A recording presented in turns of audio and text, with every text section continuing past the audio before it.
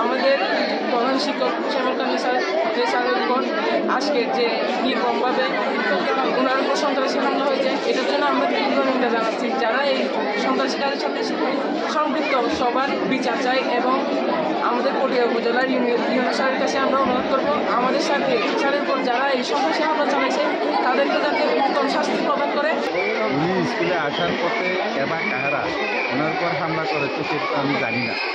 এখন কথা হচ্ছে আমি স্কুলে এসে ওনার সাথে কথা বলেছি, ওনাকে জিজ্ঞাসা করেছি যে ভাই কী সমস্যা হয়েছে।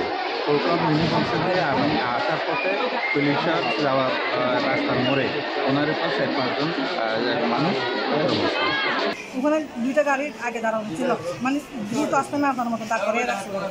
ওরা ঘুরে আমি মনে করছি ওই ছেলেটায় গাড়ি তুলবে, ওই রকম করে ওটা ছাত্র মাথা চুল ধরে নামিয়ে এই মাথা মানে রাস্তায় ফেলে দিচ্ছে একদম মাথা দিয়ে, তারপর ঘুষি মেরে ফেলে দিয়ে পা দিয়ে গ্যাগের সামনে দাঁড়িয়ে আছে।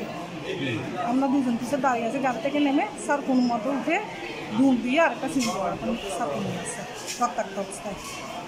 সকালে আসার পর 9:15-র দিকে ডাকবাংলা একটা ছেলে আমাকে ফলো করছিল, এটা আমি খেয়াল করছি।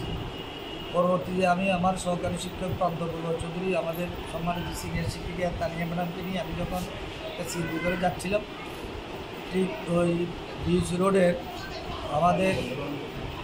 রোডের ওই যে একটা পোলের আগে পুলিশের যাওয়ার আগে ওই রাস্তা দিয়ে দাঁড়াইয়ে ওখানে তারা 7-8 জন আমাকে হঠাৎ আমার উপর হামলা করে এবং তারা এমনভাবে হামলাটা করছে যেখানে আমার মৃত্যু, মানে তারা আমাকে হত্যা করতে চেয়েছিল এবং এক পর্যায়ে তারা মনে হয় অস্ত্র ছিল। আমি পরে মাটিতে লুটিয়ে পড়ার পরে সাধারণ জনগণ সেখানে তাকিয়েছিলেন। পরবর্তী আমার ম্যাডামরা টিচাররা ছিলেন। পরবর্তীতে আমি দৌড়ে গিয়ে তখন আরেকটা সিদ্ধি করে আমি স্কুলে চলে আসি। আসলে আমি এখানে 27 বছর থেকে শিক্ষকতা করছি। এই বিদ্যালয়ের প্রতিটি মাটিকণার সাথে আমার নিবিড়ভাবে জড়িত। হামলাটা কারা করছে?